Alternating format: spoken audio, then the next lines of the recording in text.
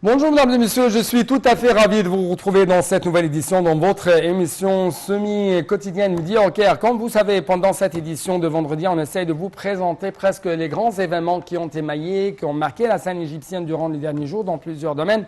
Partons par le domaine politique, passant par le domaine économique jusqu'au domaine du tourisme et des échanges culturels. Donc on va être ensemble dans cette nouvelle tournée dans le monde égyptien, justement après cette petite pause.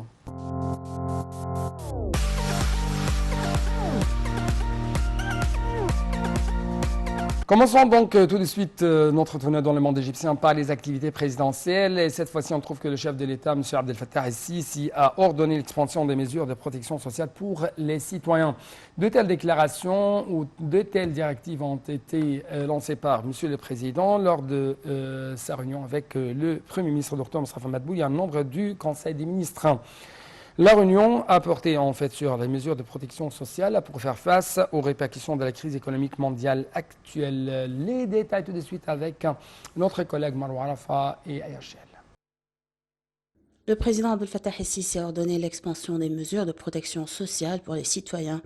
Le chef de l'État a tenu une réunion avec le Premier ministre Moustapha Madbouli et plusieurs membres du Conseil des ministres. La réunion a porté sur les mesures de protection sociale pour faire face aux répercussions de la crise économique mondiale actuelle. Le président el-Sisi a ordonné l'expansion des mesures de protection sociale en mettant en œuvre à augmenter le nombre de familles bénéficiaires du programme Takef Karama en ajoutant 1 million de familles supplémentaires au programme, portant le nombre de bénéficiaires à plus de 20 millions de citoyens sur l'ensemble du territoire. Verser une aide exceptionnelle à 9 millions de familles pour les 6 prochains mois, pour un coût total d'environ 1 milliard de livres égyptiennes par mois pour les familles les plus nécessiteuses et les retraités qui reçoivent une pension mensuelle de moins de 2 500 livres, ainsi que les fonctionnaires qui perçoivent un salaire inférieur à 2 700 livres par mois. Renforcer la sécurité alimentaire des familles pauvres en élargissant la livraison de cartons de produits alimentaires subventionnés à moitié prix avec 2 millions de cartons par mois à distribuer par les points de vente des forces armées. La ministre de la Solidarité sociale a passé en revue les programmes sociaux actuellement offerts par l'État, dont les plus importants sont la subvention du pain, des denrées alimentaires, des programmes de santé, des assurances et des fonds de pension, a expliqué M. Rodi. Le président el-Sisi a également fait le point sur la situation actuelle des stocks stratégiques de produits de base, en particulier les céréales et les huiles.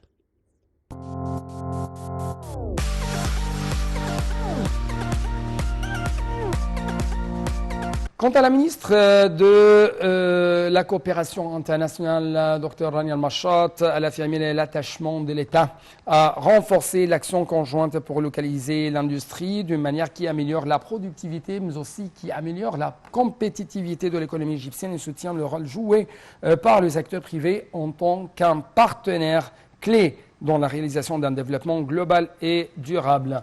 Madame Al-Machat a en fait lancé ses propos lors d'une rencontre avec l'administrateur adjoint par intérim du bureau de l'Agence des États-Unis pour le développement international pour la région de Moyen-Orient, M. Andrew Plitt. Donc je dois vous laisser avec plus de détails dans ce reportage de IHL et Marwa Arafa. La ministre de la Coopération internationale, Rania Al-Machat, a affirmé l'attachement de l'État à renforcer l'action conjointe pour localiser l'industrie, et cela d'une manière qui améliore la productivité et la compétitivité de l'économie égyptienne et soutient le rôle joué par le secteur privé en tant que partenaire clé dans la réalisation d'un développement global et durable. El-Machat a tenu ses propos lors d'une rencontre avec l'administrateur adjoint par intérim du bureau de l'Agence des États-Unis pour le développement international, USAID, pour la région du Moyen-Orient, Andrew Plitt, visant à examiner les moyens de coopération à la lumière de la conférence des parties à la Convention cadre des Nations Unies sur les changements climatiques COP27 et des projets et initiatives potentielles pour soutenir les efforts du pays pour passer à une économie verte. Les parties ont passé en revue le portefeuille de coopération au développement en cours dans divers secteurs et des progrès réalisés au niveau de divers projets, outre les opportunités de coopération dans le cadre de la présidence égyptienne et de l'accueil du sommet sur le climat COP27 et des efforts pour renforcer la sécurité alimentaire. La ministre de la Coopération internationale a souligné l'importance des relations stratégiques conjointes entre le gouvernement et l'Agence américaine pour le développement international dans le cadre des relations égypto-américaines étendues à tous les niveaux économiques, commercial et investissement.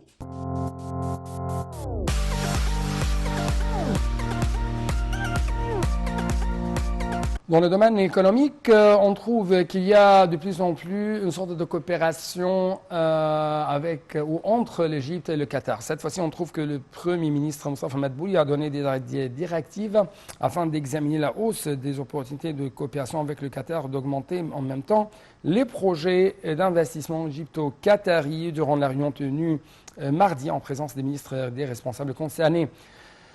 La ministre du Plan, Mme Hala Saïd, a dit avoir mené des consultations avec nombre de responsables qataris sur la coopération au niveau des investissements dans nombre de différents secteurs, soulignant à cet égard l'orientation sur un partenariat avec l'Égypte dans le domaine des pétrochimies, projets touristiques et immobiliers. La ministre du Commerce, Nevin Ghem, à son tour précisé avoir tenu une réunion élargie avec l'Association des hommes d'affaires qataris sur les opportunités d'investissement sur le marché égyptien, les projets en cours et ciblés par les compagnies membres de l'association coordonnés sur des secteurs bien définis.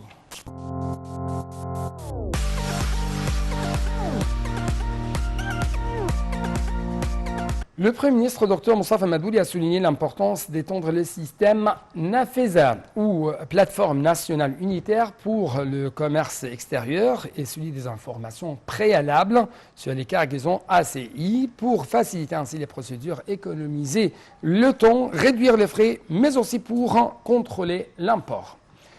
Le Premier ministre a tenu ses propos lors d'une réunion tenue mardi soir avec les ministres responsables concernés pour suivre la situation de ces deux systèmes. La réunion a également abordé la dynamisation du système ACI dans la plateforme nationale en coopération avec les ministères des Finances, du Commerce et de l'Industrie ainsi que la Banque centrale pour permettre de numériser toutes les procédures dans les ports maritimes et de les rattacher aux autorités traitant avec ces derniers.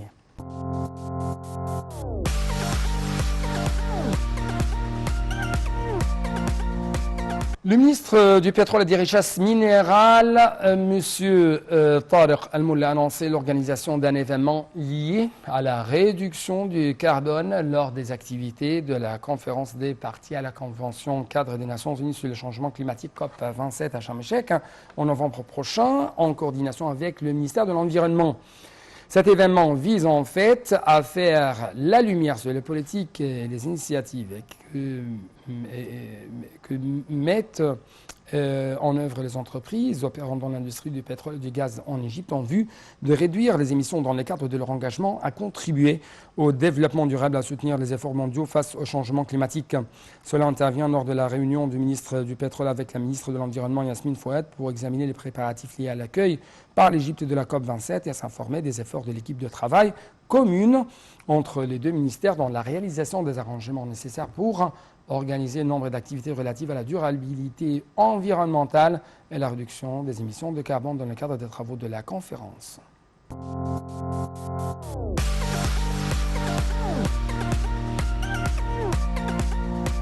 En fait, le Centre d'information de soutien à la prise de décision du Conseil des ministres IDSC a indiqué que l'Égypte était classée 4e dont la valeur de projets énergétiques au Moyen-Orient et en Afrique du Nord durant la période de 2022-2026.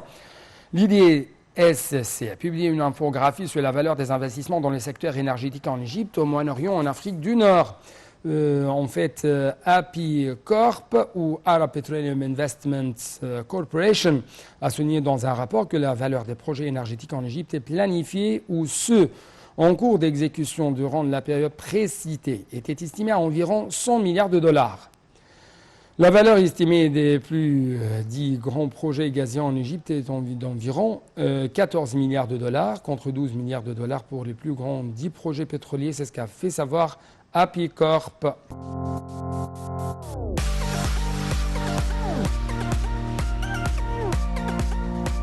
La ministre du Plan du Développement économique Hala Saïd a assisté en ligne à l'ouverture du procès fictif africain des droits de l'homme à l'Université britannique d'Égypte.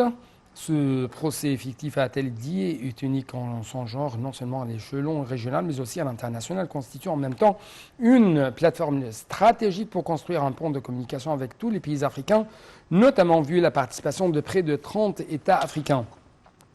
Ce procès va de pair avec les efforts déployés de la part de l'État égyptien et son souci de coopérer avec les pays africains afin de réaliser le développement global, durable et consolider en même temps les principes des droits de l'homme dans tous les plans de l'État et dans la vision de l'Égypte 2030, visant à développer stratégiquement l'Égypte. Donc c'est ce qu'a indiqué la ministre. En fait, l'État égyptien s'honore de son appartenance africaine et tient à interagir positivement dans toutes les questions du continent dans les domaines du développement, a-t-elle poursuivi.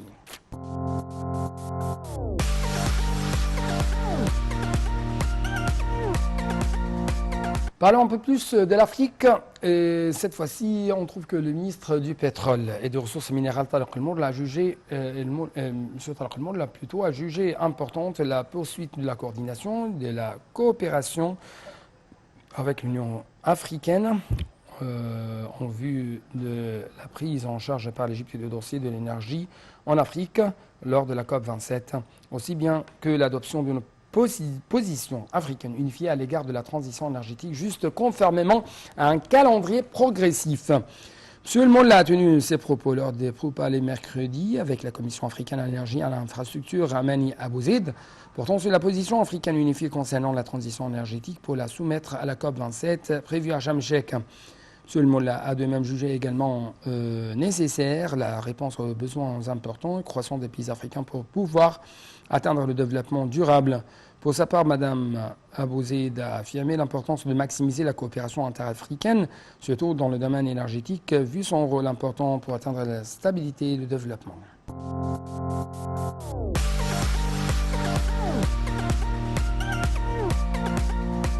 Donc, deux nouvelles avant de vous quitter, chers téléspectateurs. Le ministère du Commerce et de l'Industrie tient à renforcer la coopération tous azimuts avec l'Inde, notamment dans les domaines économiques, industriels et commerciaux, élargir et diversifier même les échanges commerciaux, renforcer les exportateurs et importateurs des deux pays en profitant des facilités offertes par leurs gouvernements respectifs en vue d'accélérer le rythme du commerce. C'est ce qu'a affirmé la ministre Nvingama. Ceci est intervenu durant la signature de PV de la 5e session du comité commercial égypto-indien mixte tenu en Caire en présence des responsables et des représentants des ministères concernés des deux pays. La ministre a réitéré l'importance d'activer le rôle du Conseil d'affaires égypto-indien dans le développement de la coopération économique commune, d'exploiter les pistes d'investissement comme le grand potentiel des deux pays et de donner corps à des projets qui contribuent à offrir des opportunités d'emploi et d'augmenter le taux de croissance économique pour l'Égypte et l'Inde.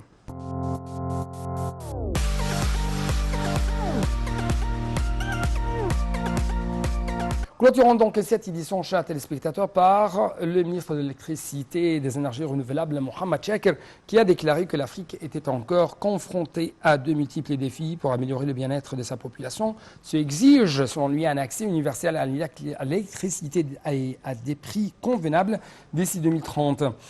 Dans une allocution prononcée en son nom par M. Ahmad Mahina, chef du secteur de la planification très stratégique et du suivi de la performance de l'électricité au ministère de l'Électricité, lors du 2e forum sur les énergies renouvelables en Afrique organisé par l'Initiative africaine pour les énergies renouvelables, M. Chakr a affirmé que 600 millions de personnes, soit 43% de la population totale, n'avaient pas accès à l'électricité, dont la plupart sont en Afrique subsaharienne. Le ministre a passé en revue les solutions les plus importantes qui devraient être appliquées pour éliminer les défis que relève le secteur de l'énergie en Afrique.